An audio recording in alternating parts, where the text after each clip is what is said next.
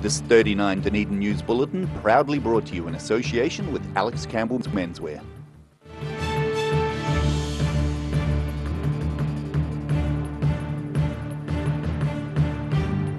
Tonight on 39 Dunedin News, an international celebration is used locally to promote and offer free disease prevention. A creative arts group asks the DCC for more money, saying the benefits of its contribution would be wide-ranging. And Zorbs contribute financially to a local association and provide excitement for some school pupils.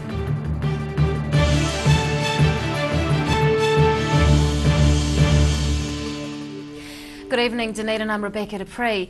The Southern District Health Board is among organisations and individuals celebrating International Day of the Midwife. It's all about congratulating midwives for their important contribution to the health and well-being of mothers and babies. And locally, the occasion is also being used to promote disease prevention. Celebrating an important profession, Southern DHB staff have been marking International Day of the Midwife with a small gathering at Dunedin Hospital. This year's theme is Women and Newborns, the heart of midwifery, but local staff are also making midwives' health a priority. We're offering immunisation for all of our midwives, whether they're employed by the DHB or self-employed, for the flu vaccination and also for Boostrix to protect them from whooping cough. So today we've got this activity happening right now at Lakes District Hospital, in Southend Hospital and here in Dunedin Hospital. It's also Immunisation Week nationwide, with a focus this year on encouraging pregnant women to be vaccinated. Medical professionals say that's a way to ensure the future health of expectant mothers and their unborn children. We encourage them to get vaccinated in their third trimester, and we also know that if women are vaccinated for whooping cough while they're pregnant, then their babies get protection for whooping cough when they are born. So it's really important that women are immunised, and that as midwives providing care for women, that we are also immunised. She says it's important midwives recognised for the vital role they play in the local healthcare system. In Dunedin each year, around 1,800 babies are born in hospital and a further 500 enter the world at home or in primary maternity units. Staff are happy to have their efforts noticed and celebrated, but say they do the job for the love of it. Working with women and families at a really special time of their lives is hugely rewarding for us. We get to experience a really important time and support women and educate women and their families at a really crucial time in their lives, and we really feel we can make a difference to the experience of that woman and her family. Immunisation Week continues for the next few days, giving those eligible time to get their free vaccinations. Ruby McAndrew, 39 Dunedin News. Police have arrested and charged a man for stealing a car and are investigating whether he's linked to other crimes in the Kaikorai Valley area. Officers say they apprehended a man driving a stolen Mazda Familia on Gladstone Road in Mosgiel yesterday afternoon. The car was reportedly stolen late the previous night from outside a house in Mulberry Lane off Kaikorai Valley Road. There were two other incidents in the area around the same time which were reported to police. Attempts were made to steal a car parked on Bradford Street and to burgle a Peel Street home where a cat flap was ripped off a door. Police say they suspect the driver of the stolen car may have also been involved in those incidents. An arts and culture group is lobbying the City Council for more investment as part of this week's annual plan hearing. Transforming Dunedin wants the council to put more money into the local arts and culture network to add vibrancy to the city, and members say the flow-on effects would have wide-ranging benefits. Creatives putting their case to council. These arts practitioners are asking to be noticed and invested in as they seek more council support for the local arts and culture sector. This is just one of hundreds of submissions being put forward as part of the annual plan hearing. There's some areas where we were hoping we think things don't go far enough, and where we think there is opportunity to capitalise on money that's being spent that we think could be spent in a different way and get better, more local results. Transforming Dunedin wants to see the city's arts and culture profile grow. The draft annual plan outlines spending to attract big-name artists and musicians from outside of Dunedin to boost tourism. But the group thinks locals should instead be supported in attracting visitors and enhancing the economy. Rather than spending money outside the region, both the immediate and the long-term benefits are greater and are cumulative if you spend that money to develop and nurture our own community. Baddock claims there's around an $11 return for every dollar invested into arts and culture compared to $3 for every dollar spent on roading. Accordingly, the group thinks that supporting the arts community and associated events is economically rewarding for the city as a whole. It makes people in Dunedin feel better about themselves. It creates local stories that then tourists come, to see the local, identity, and that goes through to tourism. It supports the whole transport, industry that bringing people here. Group members think more could be done in the way of publicity and marketing for Dunedin talent and events on a national scale. Annabelle Dick, 39, Dunedin News. The Dunedin Edinburgh Sister City Society is celebrating a national award for one of its events.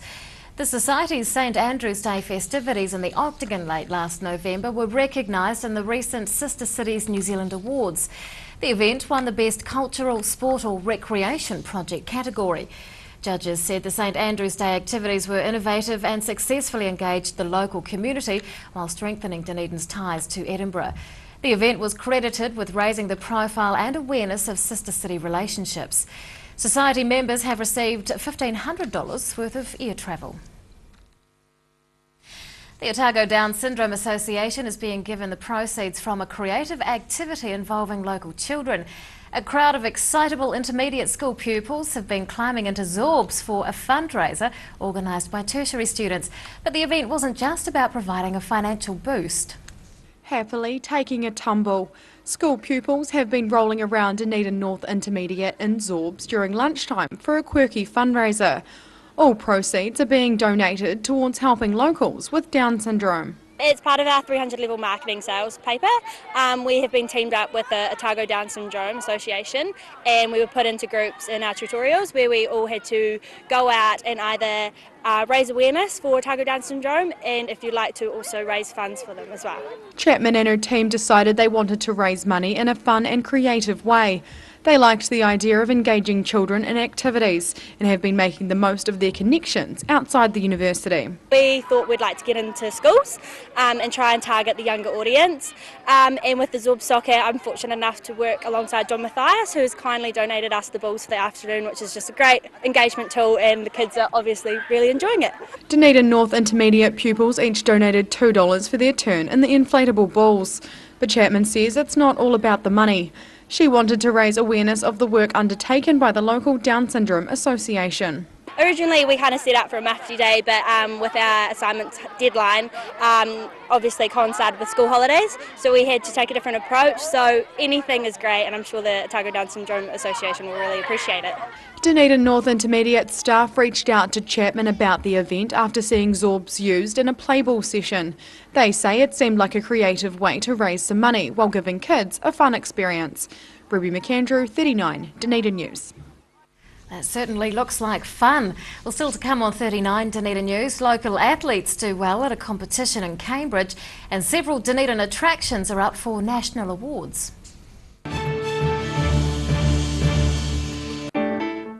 Dog with Two Tails Cafe and Bar on Moray Place.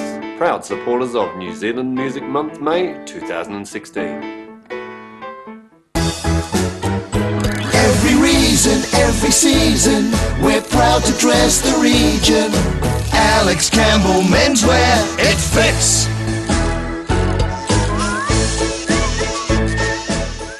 It's on again. The Star Regent 24-hour book sale starts noon 10th of June. Don't miss out!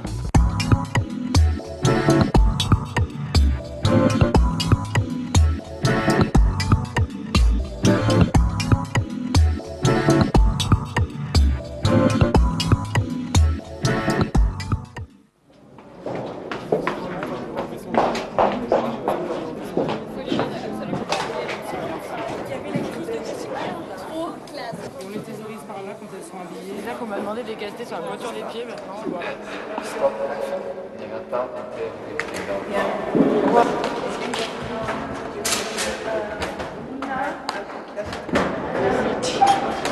Oui, tu vas voir Marjolaine et Thomas. Okay. New Zealand Beeswax Limited are the quintessential beeswax, woodware and beekeeping suppliers. From the amateur beekeeper to the commercial operator, New Zealand Beeswax Limited has the quantity to meet your needs. For great prices, great service New Zealand-wide, contact New Zealand Beeswax Limited on 03 693 9189 or visit www.beeswax.co.nz. For professional, reliable and approachable service where your dream kitchen design can become an affordable reality, contact the team at Kitchens for Less. Call 455 9973 or visit us online.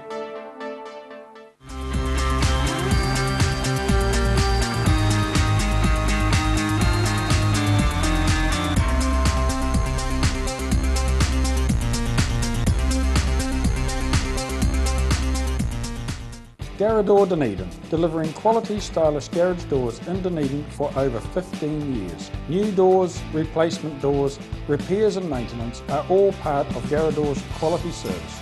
Garage Dunedin offers a full range of modern quality doors to suit any home. Come visit the team at 553 Kaikorai Valley Road, visit www.garador.co.nz or call us on 488 5676. Mobility Scooters Otago. Mobility Scooters, new and used, electric manual wheelchairs, strollers and walkers. Free home demonstration and delivery. Call Tony on 03 455 2875 or visit our showroom, 211 Canudbridge Street, opposite Westpac. Pregnant? Need to talk? 24 hours a day, 7 days a week. Pregnancy counselling services are here to help. It's free. It's confidential. Call us now on 0800 773 462.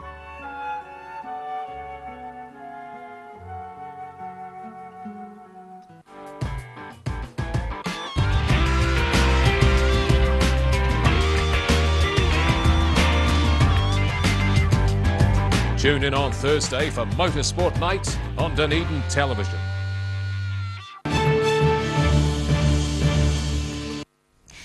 Welcome back. New data confirms it's a seller's market in Otago with a high number of properties being bought for more money and in less time. Otago has 384 new listings for this month, showing a 16.7% increase on a year ago. The local inventory is 13 weeks, which is how long it would theoretically take to clear all unsold properties on the market without any new listings. That's slightly less than the national average of 14 weeks and half the region's long-term average of 6.5 months. The median selling price in the region is just over $320,000. And on that note, let's take a look at today's markets. The NZX 50 has closed the day up 52 points. It's now at 6,876. The Dow Jones is down 100 points. To the exchange rates, and the Kiwi dollar is down against the Australian, but we are up against the other currencies we follow. More than a dozen local athletes have just competed at the Hallberg Junior Disability Games in Cambridge. Several have also gained qualification standards for larger competitions, and Parafed Otago Sports Manager Kieran Wall is here to tell us more. Good evening. Hi again. How many local athletes went to the Games? So we had, in total, our team was 25 athletes. We had 14 athletes that went away with us, so it was a big contingent, one of the biggest teams from the country, which is fantastic. And yeah, bit of a logistical effort to get everybody up there, but it all went really well. What sports were they competing in? So there's a range of sports. Our main focus sports are athletics, swimming, wheelchair basketball, boccia. Other athletes, including some of our own, competed in archery, football, equestrian, goalball, which is a visual impairment sport as well. So there's a full range of sports on offer. It is quite a range. How did they go? They went fantastically well. The basketball team played out of their skins. Unfortunately, they finished third, but they beat the winning team, Waikato, in the first round, which is fantastic. So big confidence boost for them. Our athletes went fantastically well. They're very fortunate to have Holly Robinson, who went to London 2012 Paralympic Games, as their main coach. So she'd passed on a lot of her knowledge, and they performed really well. And they really looked a cut above everybody else in just their demeanour, their confidence, and the way they went about their athletics. Apart from a first, second or third placing, what else did they get out of attending games like this? They learnt a lot. I think for for those guys that do have physical disabilities, it can be sometimes challenging to feel that you're valued within the sports world, and I think that the Halberg Junior Disability Games provide an opportunity for them to really shine a light on themselves, and to also meet people with similar challenges, and to have a good time, enjoy themselves, and also to show their skills and their abilities. And several of them have gained qualifications to attend international tournaments as well. Yeah, so in terms of the people we work with, we have a few senior members, so the likes of Holly Robinson is one of our members, as are a few other of the development profile athletes that Raylene Bates works with. So I think we've got five or six from Otago that have thrown, run or jumped qualifying standards for the upcoming Paralympic Games. So the selections haven't been announced yet, but fingers crossed that they will all be on board when that comes out. What is the likelihood of them attending those games, do you think? It's hard to tell. Most of them have put in some really good performances over the last year. Holly Robinson, I think, is currently ranked #1 in the world in her event, and through a national record at the National Track and Fields down here recently. Anna Grimaldi, Caitlin Dorr, and a few others have also put in some really solid performances. They've definitely put their best foot forward, and yeah, fingers crossed they'll all be on the plane to Rio. How much training do they do in preparation? Those guys are training a lot, so they work with High Performance Sport New Zealand. They are coached by Raylene Bates, who's one of the most successful and high-profile coaches in the country, and essentially they're full-time athletes. They have study and work to kind of fit around it, but they're training a lot. They're putting everything they have into it, and they're doing marvellously well at the moment. What is the support like for disabled athletes?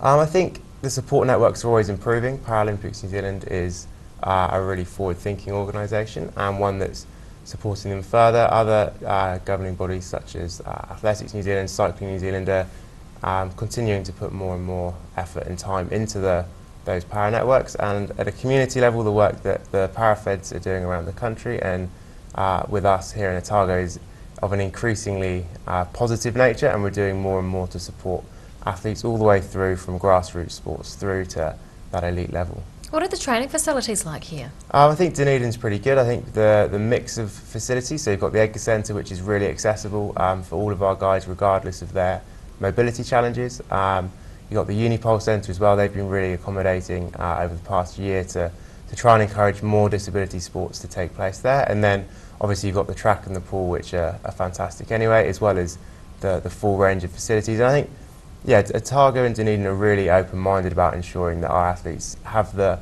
access to the facilities and are also encouraged to not only enjoy themselves but to reach their physical potential. And it sounds like they're doing pretty well so far. Keep us they posted. Will do. Parafed Otago Sports Manager Kieran Wall, thanks so much for your time. No worries, thank you. After the break on 39 Dunedin News, the city features multiple times in the National Museum Awards, and we find out about the hot topics at the annual planned hearing.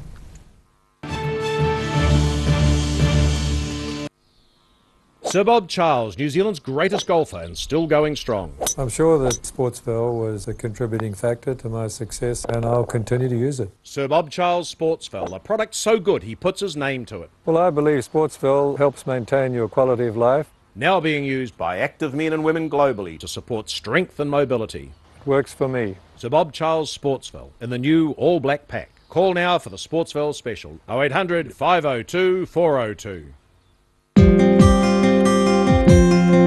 Finding that your grass seed just won't grow? Ready Lawn has the perfect solution for all those lawn woes. Call Ready Lawn today on 486 1819.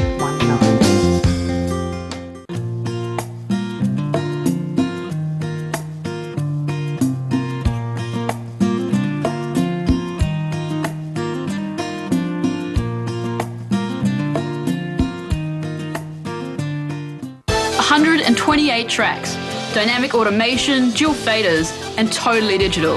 This is state-of-the-art music production. The SSL Digital Console. You'll find one in the BBC studios in London, another at CBS studios in New York, and now one at the University of Otago. It's a good reason why our sound now sounds even better. My name is Maddie Parkins Craig, and this is my place in the world. Take your place in the world. Ecro Tech Limited have been supplying beekeeping equipment and honey products in New Zealand for over 100 years.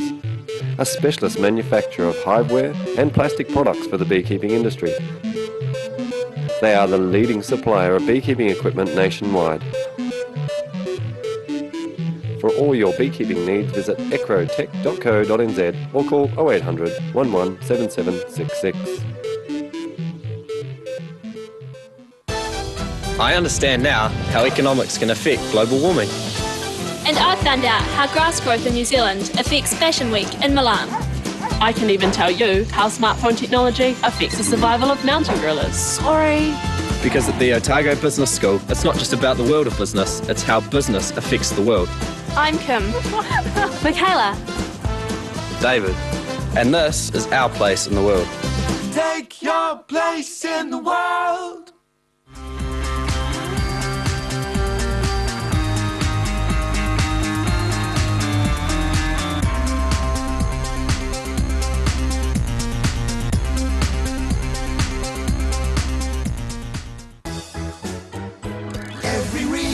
Every season, we're proud to dress the region.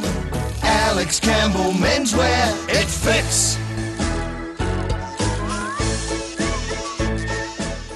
Here's something else to look forward to sinking your teeth into every weekend with the Otago Daily Times, the Weekend Mix, your guide to what's hot in fashion, entertainment, food and more. New weekend magazine in your ODT. Pick up your copy this Saturday. Dog with Two Tails Cafe and Bar on Moray Place. Proud supporters of New Zealand Music Month, May 2016.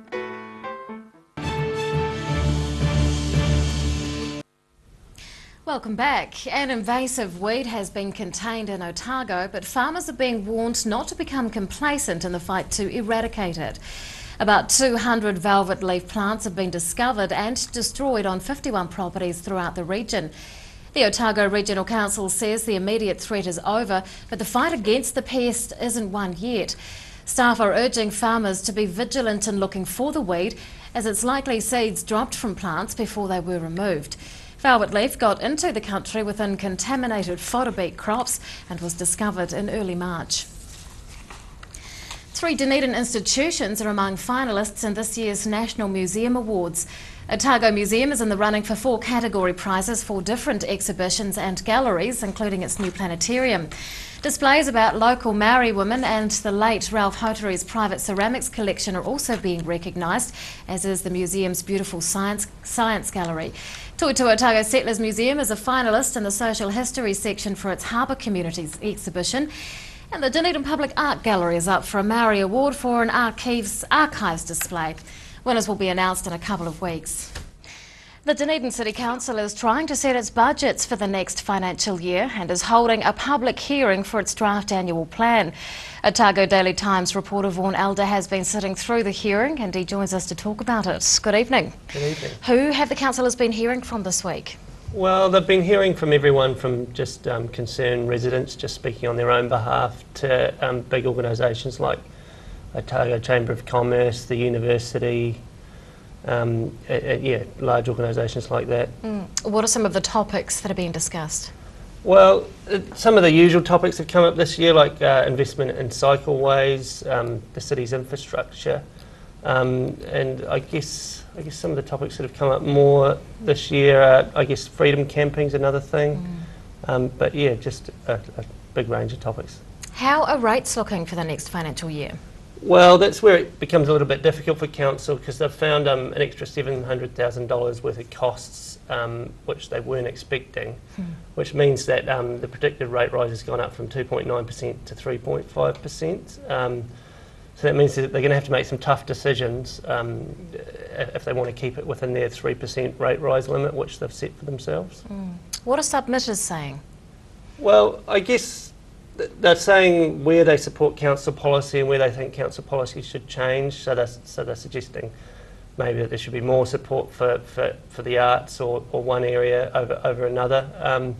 But also they're asking, a lot of submitters are asking for extra funding, and that's going to become difficult for the council considering their restraints that they've got. Are you getting any particular feeling at this stage on whether or not they're probably going to go with that increase to the rates rise, or if they're going to try and shave a bit off a few budgets here and there? we're not getting any clear indication as yet, because at the moment they're just listening to submitters. But I spoke to Mayor Dave Cull yesterday, and he said that it was his intention. He would like the council to shave budgets across the council rather than focusing on one area in particular. Okay. When are they likely to make a final decision on spending? That's next week. So by the end of next week, residents should know what their rate rises are. Otago Daily Times reporter Vaughan Elder, thanks very much for your time. Thanks. And now recapping tonight's top stories on 39 Dunedin News. Southern DHB is using International Midwives Day to celebrate local maternity staff and offer them free disease prevention. Members of an arts and culture group are asking the City Council to spend more money boosting the profile of local creatives and talent. And intermediate pupils have been having fun with Zorbs while helping to raise money for the Otago Down Syndrome Association. Well, it's time now to find out what's going to be in tomorrow's Otago Daily Times. We're joined by Dave Cannon. Looked like you were quite interested in the Zorb. Zorb, yeah, how do you get a ride on one of those? Yeah, I know. It looks like a good team-building exercise, doesn't it? Very, very good indeed. Hey, tomorrow we've got a very busy day tomorrow, Friday. There's a bit of concern about the South Dunedin police station. It's been closed since the flooding, and there's that sort of dragging on and on and on. The people are getting a bit more worried about it not being open, so we're trying to get to the bottom of that. We've got full coverage of the annual plan from the council, obviously. There's another big page of that stuff tomorrow. We've had a chat to the family of Craig Hickford, the Brockville primary school teacher who was knocked off his bike a while ago. He's making very good progress, which is good news. It is good news.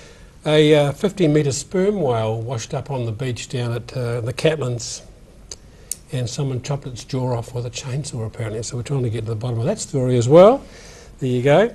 Duck shooting season this weekend, of course, or duck murdering, whatever you like, this weekend. And something happy. We've got something happy in the mix for tomorrow. The wash. Look, we've had a week and a half with George the Giant Petrel saga. It just fabulous. Went viral, as we said today. So we've got tomorrow. We're having another busy day with the autumn photograph competition with readers. They are just pouring in photographs, and there's some very, very clever people out there with their cameras. We've got some beautiful shots, so we look we're forward giving to a bit of space to that tomorrow. That's all on tomorrow's ODT. Thank you, Dave. Thank you. Time now for local weather. This 39 Dunedin News weather update proudly brought to you in association with Silverhorn's Emu Oil. Here is today's City Viewers taken of traffic on Andersons Bay Road. Around the city at 3 o'clock today, a little bit cooler than yesterday. 15 for the central city, 17 at the Gardens, 18 for the Tyree.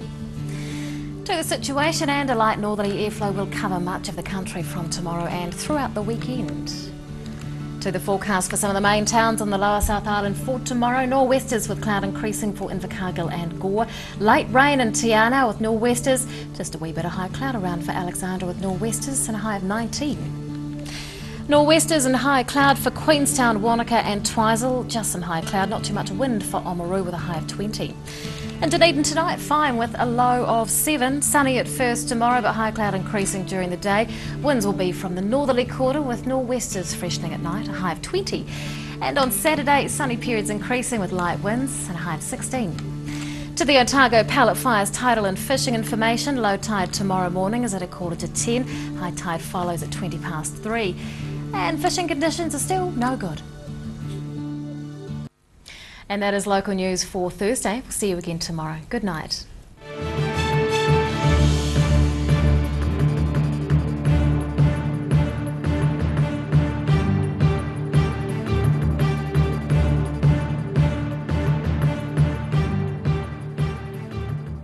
This 39 Dunedin News Bulletin proudly brought to you in association with Alex Campbell's Menswear. Supporting local content so you can see more of New Zealand on air.